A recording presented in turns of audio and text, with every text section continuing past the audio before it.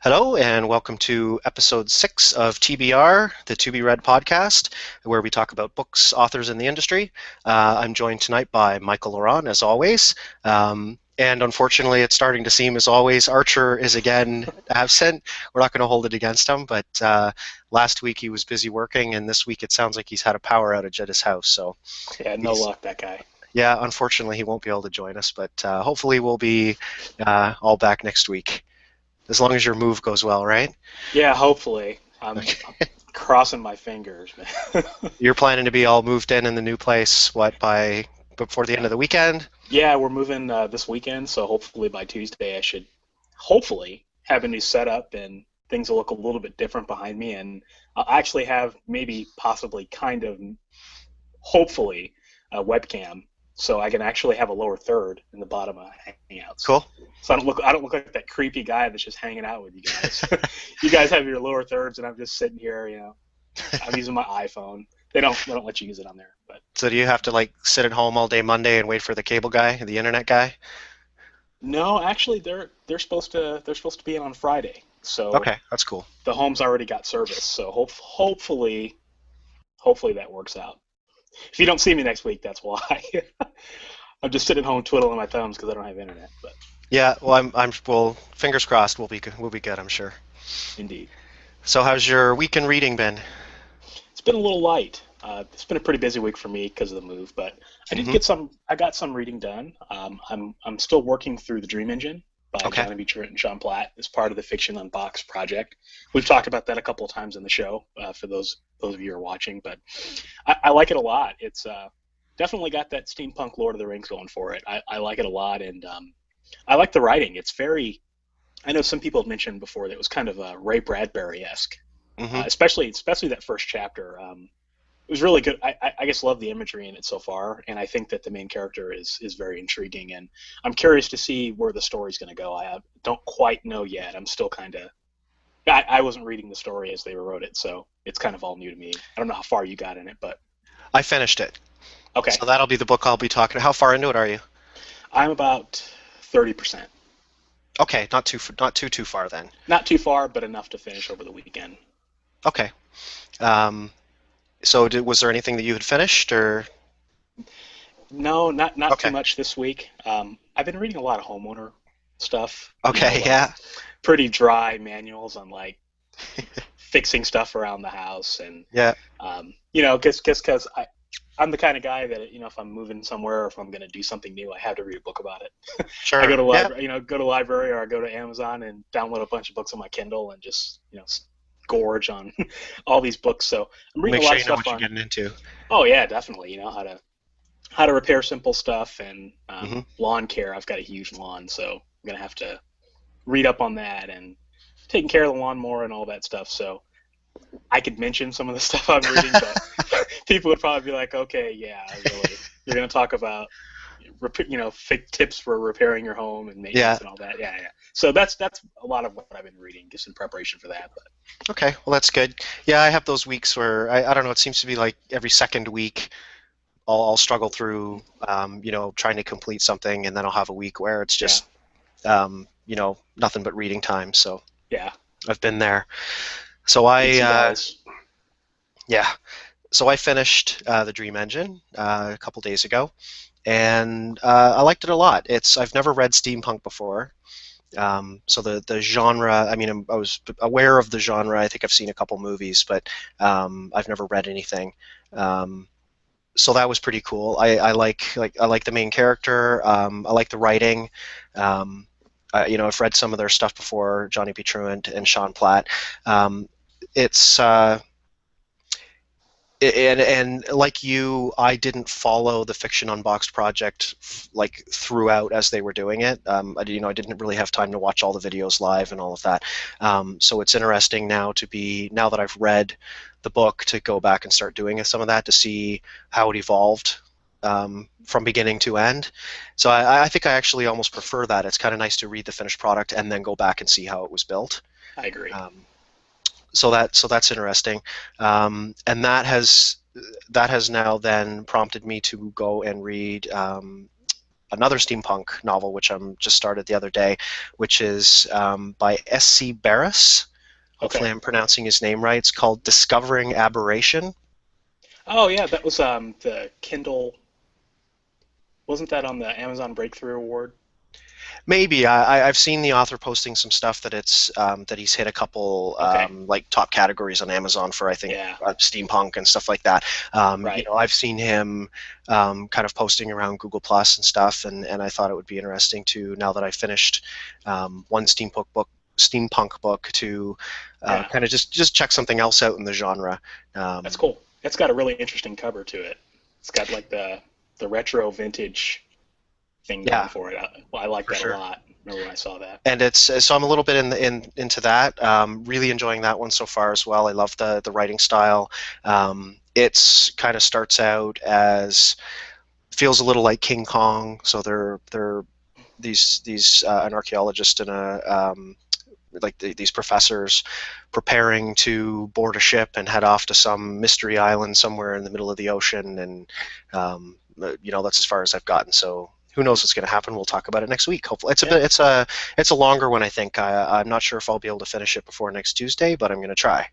Now, is that Um, part of a series? if it is, well, I think this is pretty new. Okay. So if it's, let me check real quick here. I mean, yeah, it doesn't say anywhere on Goodreads that it's part of a series, book one or anything like that. And having Okay. not finished it yet, I couldn't say for sure if it's even open for one, but I'm going to find out. Awesome. So the Dream Engine, I think, was a good entry for me into the world of steampunk, and I think it was also an entry for the authors as well. Yeah. And I enjoyed it. It's there's some there's I think when I think of steampunk, I did not think magic. Hmm. So I'm not sure if that is a sort of a normal part of what steampunk is, but it's definitely a heavy part of this. And so it's sort of that combination of the big pistons and the machinery and all of these Right. cool things, and the magic in how they're created and all of that. So it's a good read. I enjoyed it. Yeah. I look forward to finishing it. I guess Uh, I'm a little bit more familiar with steampunk. I mean, not so much with books, but it's pretty prevalent with video games.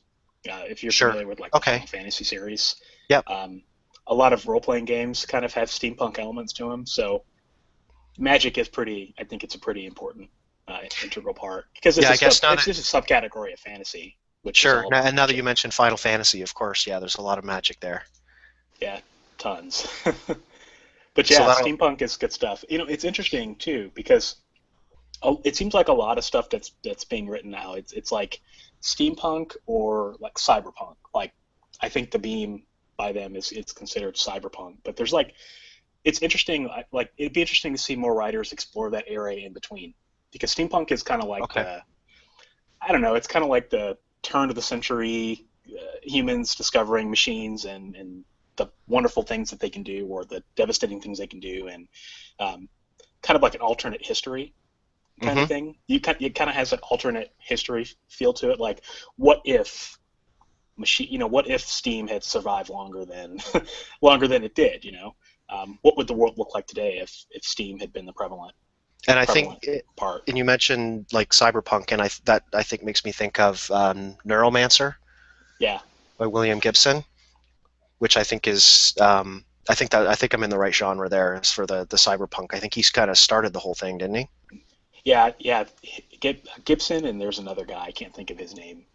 But yeah, they kind of pioneered that, and that's like the other end of the spectrum, like futuristic Right. people becoming parts of machines and you know, I like the idea of punk literature. I think it's pretty cool. It'll be interesting to see if steampunk and punk they get their day because I think it's coming.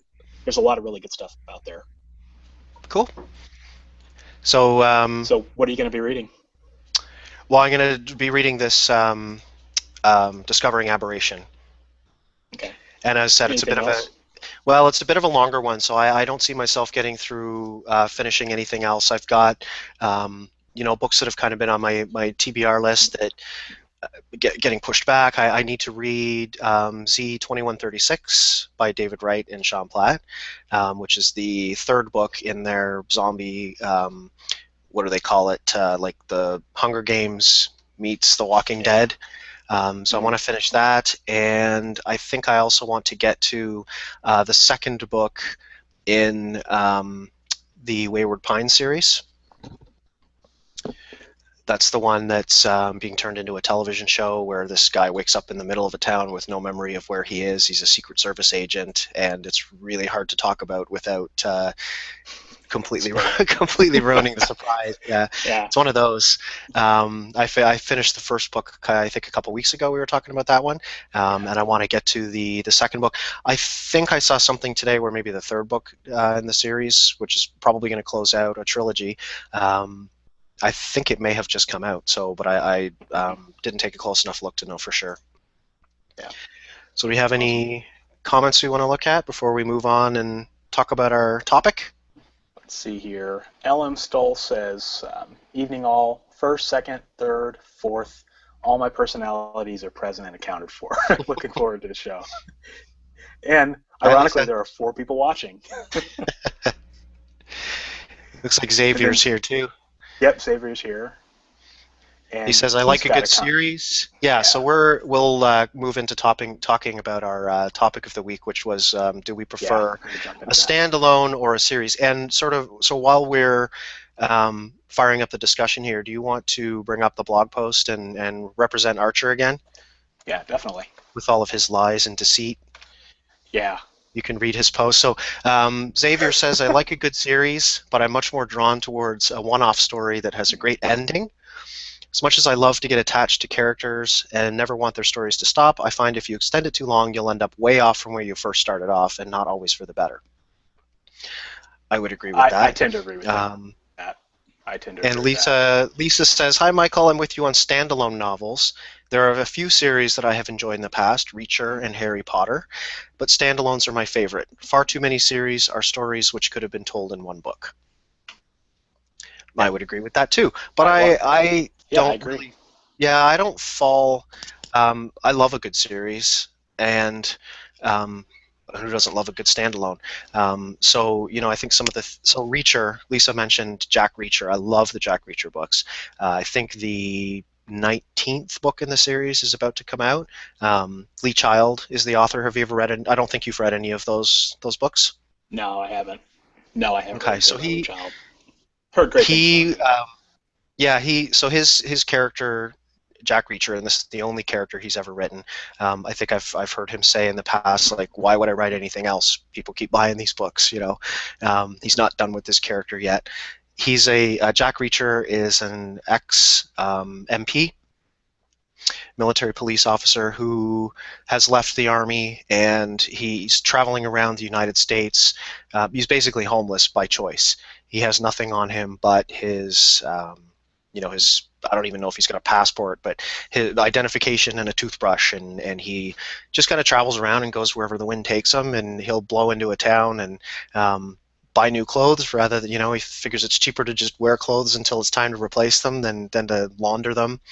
Um, and so invariably in every book he gets mixed up in some sort of terrible thing that's going on in town, and all kinds of has adventures and resolves them and then moves on to the next book. So they're good. It's the kind of series that you could pretty much pick up anywhere in the series. They're not there's not much of a sort of continuing storyline, except in the last 3 books. There's sort of a little mini arc that he's been going through in trying to meet this woman who has replaced him in the on the base that he kind of used to work out of. Mm. Um, so if I would recommend for someone who hasn't read that series but was interested in it to maybe start at the beginning with One Shot, I think is what it's called, or maybe read the last 3 books in the series. Just kind of look up what those ones were because I found those to be very enjoyable. But I also agree that a series can go on too long. So Yeah. I think Yeah. one of the problems with Reacher, and I mentioned this in our blog, was he's very one-dimensional. He never there's no character growth. you always know what he's going to do. Basically, he's going to kick ass. That's what he does.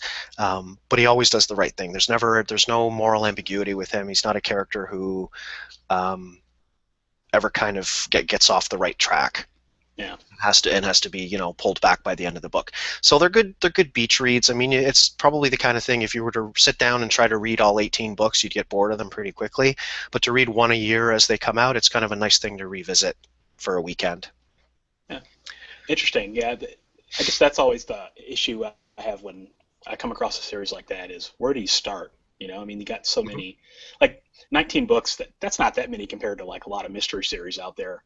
I Yeah, mean, like the Hamish Macbeth series. If you've ever heard of that by MC Beaton, um, yeah, I'm not sure. it's Scottish mysteries. They take place in Scotland, and it's about this detective named Hamish Macbeth, and um, very interesting stuff. But she's got so many books out there. It's like, where do you start?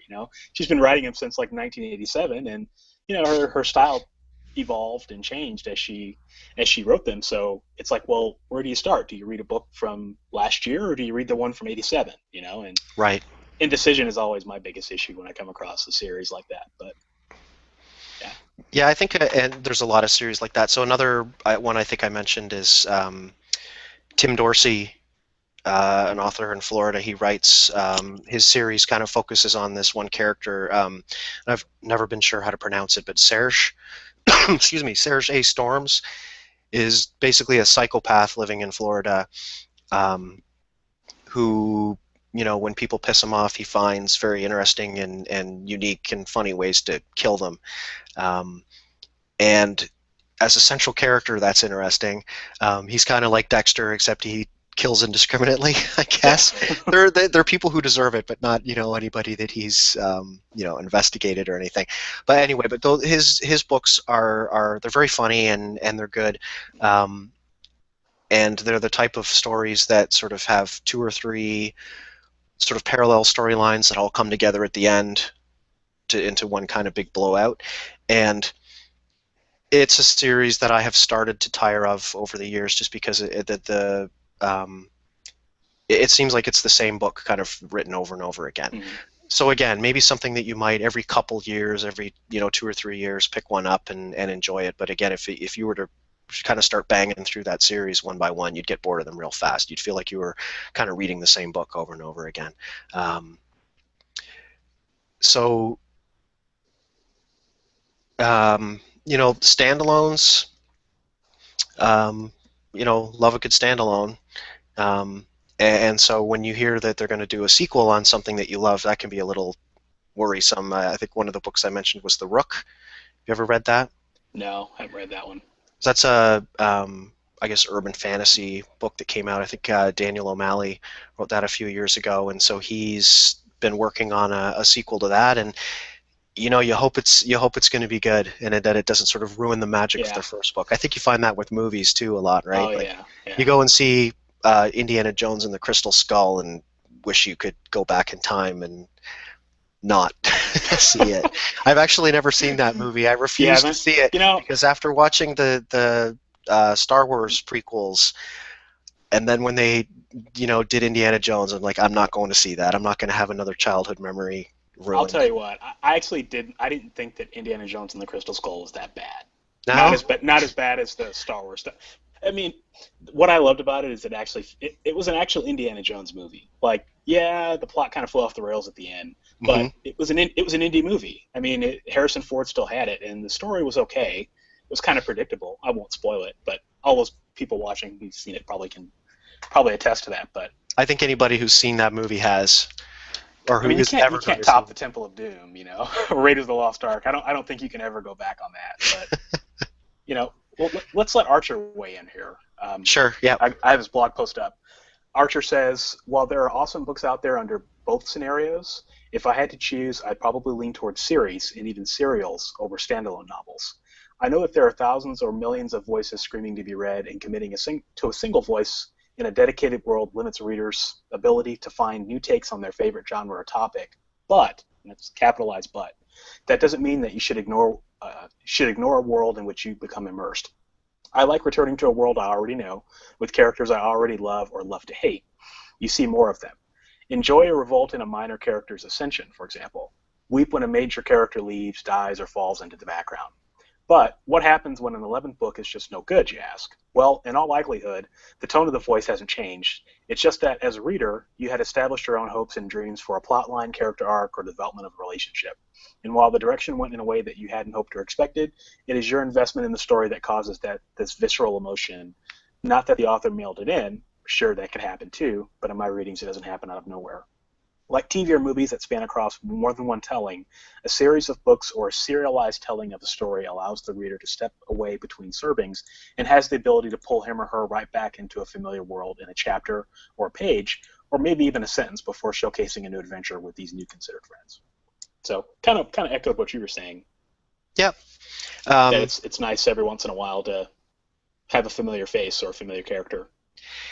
yeah, and I think with the series or serials too, for me, one of the things I like to do is read a lot of different genres, a lot of different authors, and so that can be a little daunting too with a series. Is do do I really want to commit this much time to this one author? Let's use Yeah. Game of Thrones as an example. Oh Uh, God. Yeah. I think they're what is he 5 books in right now? Something like that. Working on the sixth. I don't know. I haven't read them. I haven't Um, either. and I don't plan to. It's and we've talked about that a bit before. I wish I could get Yeah. into a series like that. I just don't enjoy the world. But say you wanted to pick up that series and start reading it. I mean, and those aren't just 5 books; those are five. Huge books. I mean, I'm they're going to say doorstops. 1,000 page. Yeah, Yeah. that's a lot of time to commit to a Yeah. single author and a single world, when you might want to kind of bounce around and look and read other things. And I think it's the kind of world Hmm. probably that you need to commit yourself to, right? Well, I yeah. get I the mean, he's got sense with that hundreds of series. characters. Yeah, Yeah. I I get the just. sense with that series that when book six comes out, people are going back and rereading the first 5 books, or at Yeah. least Well. the last one, just to kind of refresh their minds on what the heck happened, right? Yeah. Book six comes out, and there goes your life again. I mean, you can't do anything but read that book. Yeah. I'm not a huge Game of Thrones. I've always wanted to read the first book just to see what it's about, and I did read the first couple of chapters, and I guess I wasn't in love with it, kind of like you. It just Yeah. was your kind of typical fantasy, the kind of fantasy I don't really care for, which is like the sword and sorcery Hmm. stuff. Um, I, Fantasy has that problem too, and I think it's a problem unique to fantasy. With those huge books, you have this series that just goes on forever, and you've got every book in the series is like 1,000 pages, and it's Hmm. just like how can a writer ask that much time of a reader? I mean, yeah, maybe the book is good, maybe the characters are good, maybe the world is good, but I don't know. That just seems like it's just hogging people's time, and there's just so much out there to read. And maybe I'm being a negative Nancy on that, but as a reader, I prefer shorter books. That's not to say I don't like 100,000 word novels. I've read them, but to me, if a book is 100,000 words, it's probably something that could be cut somewhere. It's going to drag or lull somewhere along the line. Yeah, That's my opinion, and it seems like that. It's like that's the case every time I read one of those huge doorstop books. It's like you could probably cut out 25, 30, 40% of it and be okay. yeah, and I don't think I would say that is a problem that's necessarily limited to fantasy. I mean, I think there was a lot of that, but I mean, I think you've got Piers Anthony. Um, uh, who else? I'm trying to the Discworld series.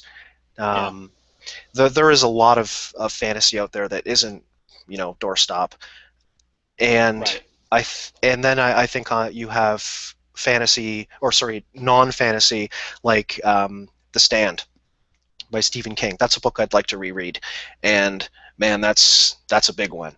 Yeah, no, And and I'm not saying it's all fantasy yeah, that yeah, is that way. I mean, everything has it, but it seems like epic fantasy that's a sure. particularly big thing, like we're talking about with Game of Thrones. I mean, it Sure, seems if you like a want lot of to that. if you want to add the word epic to fantasy, then yeah, for sure. Lord of the There you Rings. go. I mean, Yeah. epic anything, oh my goodness. But versus yeah, the that's just my other personal.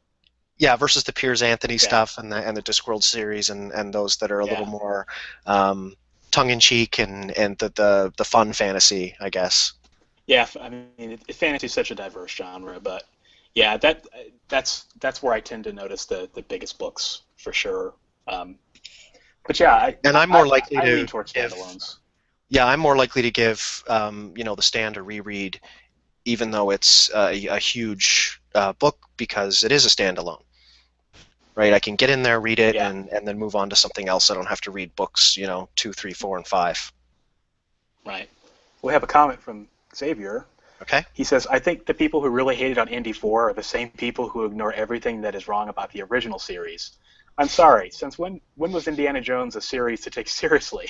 It has one song that plays over and over again. Yeah, well said. Yeah, I'm not going to try to argue that.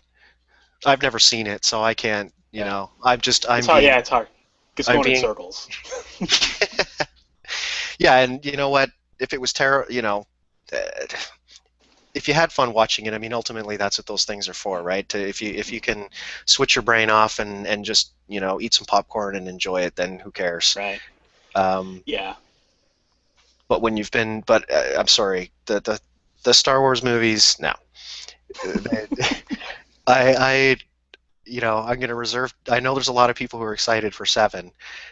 I'm gonna reserve judgment until I start, see some reviews or something, because I don't know. I just can't do it again. Yeah.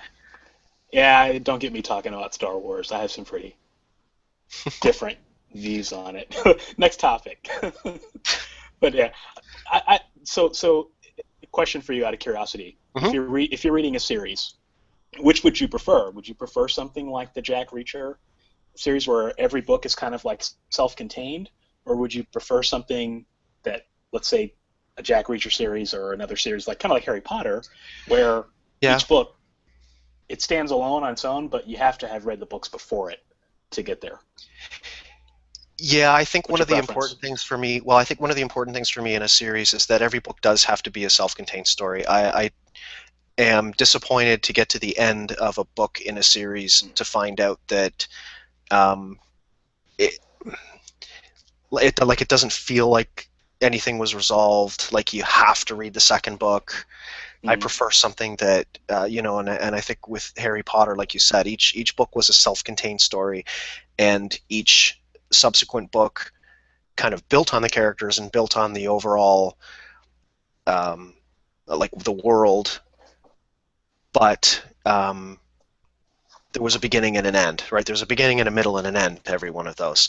So I'll mention another series that I loved, where you do absolutely have to read every book, um, and it was a series that I stopped reading, I think, 6 books in, but um, the author is Jack White, with a Y, for anyone who's interested.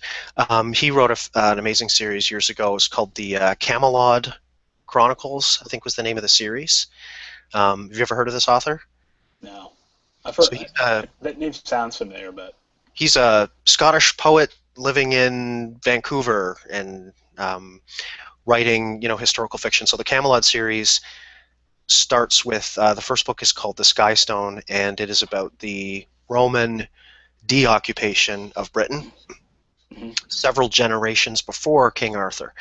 And it's written in a way to basically sort of real events that turned into the myth that we know today. So, where did the sword and the stone come from, and the Lady of the Lake, and all these things? And it's written in a way that it actually could have happened. Like, how was Merlin perceived to be a magician in a world where there really is no magic? So that was a fantastic. Excuse me. So it starts several generations before Arthur is born. I don't think he comes into the picture until book 3, and then through him growing up and his Uther and all of that stuff. So that's a series that um, I trying to remember. I believe every book was kind of a self-contained story. It's not the kind of thing where you'd want to pick up book 3; you'd be missing a lot. Yeah. But it is also a series that I thought kind of went on too long. So by book 4, I think book 5 was the kind of thing where he retold the events of book 4 from another point of view, from another character, maybe in a different place along the same timeline, and from there it just started to kind of get old for me. Um, so there is something to be said too for like wrapping up a series or a serial I guess maybe realizing when it's time to wrap things up and Yeah. move on to something else. And he's writing another historical fiction series now on William Wallace, and that was supposed to be a trilogy, and I think I read something the other day where he's saying he feels like now it might be 4 books. So what happens if it becomes 5? Yeah. and then it It just becomes never stops. and then it becomes 6, right? Love his writing, I love the books, but at some point you need to wrap it up and move on to something else. What was Harry Potter? Or Seven not even books? start. Yeah. Yeah, Yeah. 7 books in Harry Well, and Potter. his books are not short. They are not fantasy, but they are uh, Long, yeah. doorstops, I think is what you said. Yeah, kind of like the Harry Potter books, they got longer with every entry in the series. Yeah, for sure. And in fact, the last book was broken into 2 movies, right? Yeah, and I'm not sure if that was just a Hollywood thing. That kind of pisses me off. Oh, let's break up seasons and the final things. They did that with Breaking Bad too, and they did it with Mm. like TV shows. And I'm not sure if that it probably could have been one movie, I think, but who knows? Yeah, well, I'll say one quick thing, and is I don't know in what world we think that The Hobbit needs to be 3 movies, but Oh God. I'm sure that's a discussion that's been had. Yeah.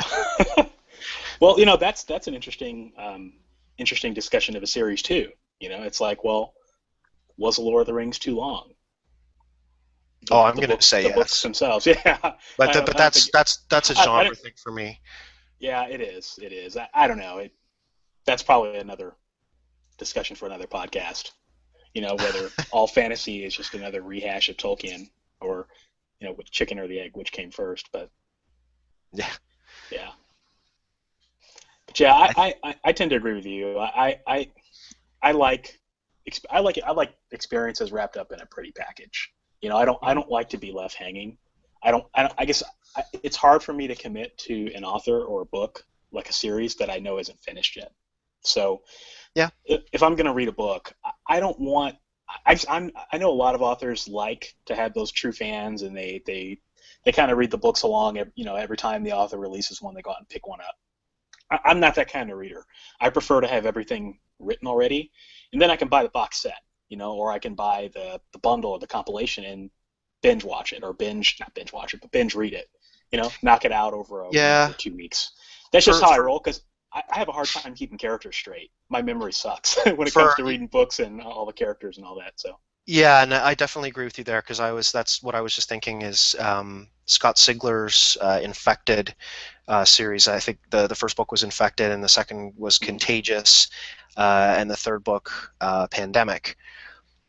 Horror series right, about people who start getting these little triangular growths on their bodies, and they start getting taken over.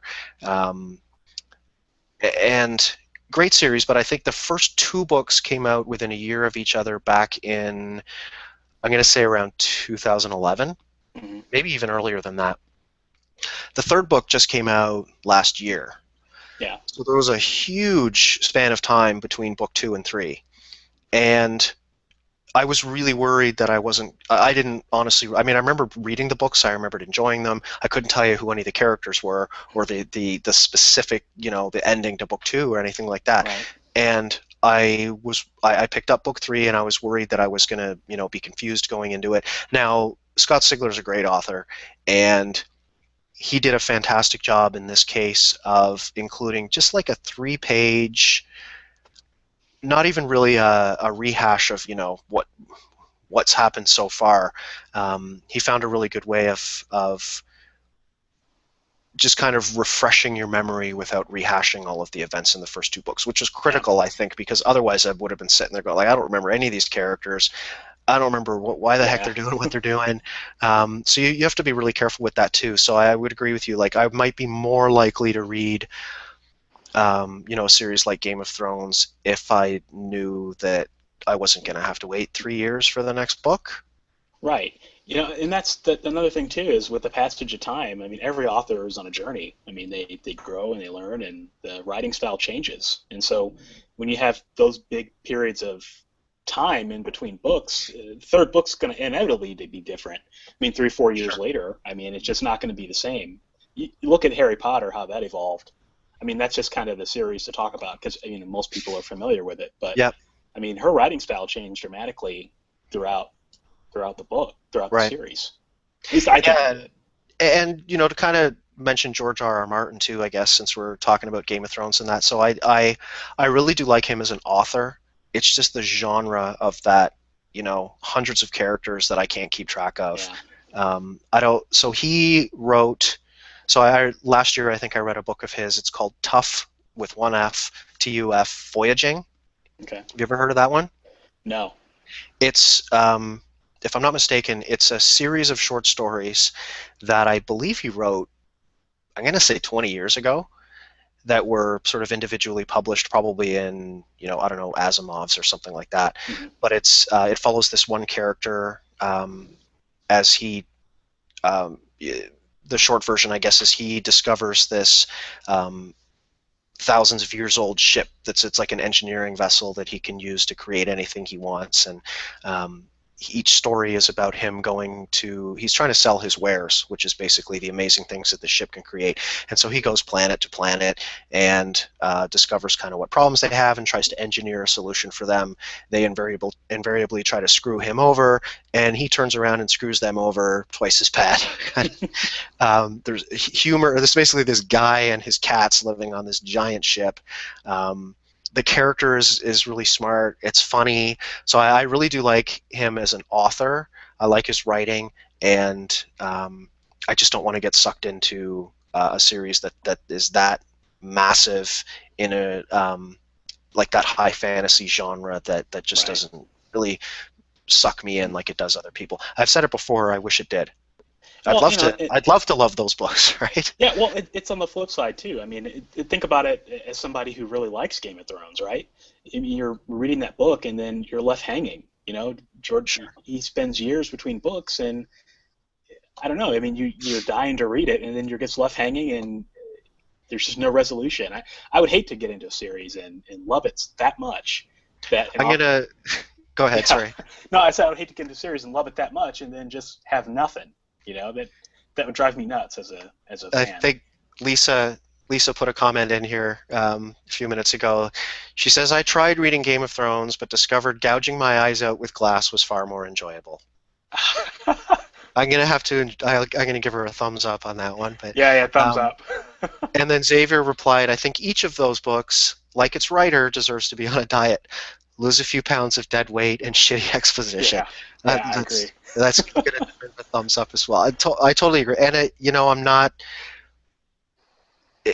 They are what they are. People love those books, Yeah. and all the power to them. I don't have the time or the energy for them. And I'd say this: the other series that did the same thing for me was The Wheel of Time by Robert Jordan. Yeah. I've heard a lot I, about I him think and I read too. the I've heard first. that too. Yeah, I read the first 50 or 100 pages of it, and I couldn't do it. I, You I know, tried that one too. I didn't care for it and either. that's I think I think they just wrapped. I think he died, didn't he? And somebody else continued the series and wrapped it up at, I'm Yeah. going to say, 13 or 14 books. And in fact, I know the series is wrapped up because it was the series itself was just nominated for a Hugo, I believe, which Yeah, is kind of something. weird. Yeah. I didn't know that I didn't know that a series could be nominated for a Hugo. But it seems a little crazy that a 13 book That was part of the controversy, I think. yeah, that a When that 13 book series can be put up against. Honestly, I'm Yeah, drawing a a blank now. 500-page novel. Yeah, Yeah. I'm drawing a blank as to what the other nominations were this year, but it's been a Yeah, few that months. that that's weird. That's not. I think for me that's drawing the line. I think that's not cool. I mean, just end the damn series. You don't need to. You don't need to have somebody else pick it up and write it. I mean, Especially if the author's dead. Yeah, and well, that's like when Michael Crichton died. yeah, Um, and so I could be totally misrepresenting this story, but this is what I think happened. They went through his desk drawer. They found some shitty old manuscripts that he did never published for good reason, hired somebody else to write them or finish them, and then published them. yeah. So what was the book? I'm drawing a blank on the title, but basically the one of the last books that they would have released under his name. Maybe I'll try to look it up here, but basically, the villain in this book was literally read to me like a what is it, Snidely Whiplash, mustache Mhm. twirling, Wasn't evil. that one where Oh, they're on the island? It's not Jurassic Park, but it was kind of like Jurassic Park, where they're on yeah, the they go to island. and they get shrunk down. Yeah, I know what you're It's talking about. I it's saw it's that in a bookstore not too long ago. the I thought yeah it was kind of odd. evil dude uses some machine to shrink them down into teeny tiny little bug-sized guys that Yeah, have to run around. yeah, I know what you're talking about. It's like Honey, I Shrunk the Kids, but Michael Crichton version, you know? Yeah, I can't, and not even written by him really, but so that's. Yeah. Well, another example too is Agatha Christie. Mhm. Her series of Hercules, I don't know how to say his last name, Poirot or Perot or yep. Perot or something like that. Some famous writer just started picking up that series and continuing it. So I don't know. That to me, that it loses its zest and spirit at that point. I just think you need to quit while you're ahead. A lot Well, of it's writers and should do it's that. I mean the writer did quit while they were ahead. They're dead. So Yeah, um, yeah, and somebody else just the basically the screwed them publisher over, needs the publisher screwed their needs to quit legacy. while they're ahead, or the other author write your own book. Yeah, I mean, come on. Out of all the ideas out there, you have to capitalize on someone else's. But hey, it is what it is. But Yep, yeah, I'm not down with that. I think at that point they're using it for money. It's just they're just trying to milk it because people are going to buy the name, they're going to buy the experience, and for sure. it's And usually a it mediocre thing that Yeah, nobody and likes unfortunately, anyway. so the last experience I had with Michael Crichton was a negative one Yeah, because and of then that. you're going to always remember that. You know, Right. you're not going to remember Jurassic Park or what else did he write? He wrote a bunch of stuff that I can't even think of right now because I'm drawing a blank. But Tons. you're Yep. not you're not going to think of any of that. You're going to think of that crappy experience you had, and then you're not going to read any of his other books, which might actually be enjoyable. You know, Yeah, go back and read some of his older stuff. yeah, it's easy to. I think you have that problem with a series that you don't have with a standalone. Is you can go too far, you can jump the shark, and once you go off that cliff, you can't really go back with the readers. I don't think. Yeah. At least not the ones who are serious. Nope. Any more comments? Sorry, I was Let's see. just trying to flip over and see. It's we're going a little long here, Yeah, so I we'll. see. Quotidian Light is on. She's watching us Okay. this good evening. Yeah, I think that's all of them. Okay. So any final thoughts, or we kind of talk this one to death? I think we talked it to death. Okay. It's Good a one good though. thing. It's a good thing. Yeah, Well, I don't know if Archer would have made us go longer or shut us up, and I have a who feeling it would knows? have gone longer. I think it would have gone longer if Archie had been here because So it was a hard one to write about. yeah, so a good conversation though. So thanks to everyone for dropping by in the comments, Lisa and Xavier, and you said Quotidian Light, so thanks Maya. Um, and I think that's everyone. So thanks for watching, and hopefully we will be three again next week. And thanks for coming. Yeah. Have a good See you night, next everybody. week. Take care.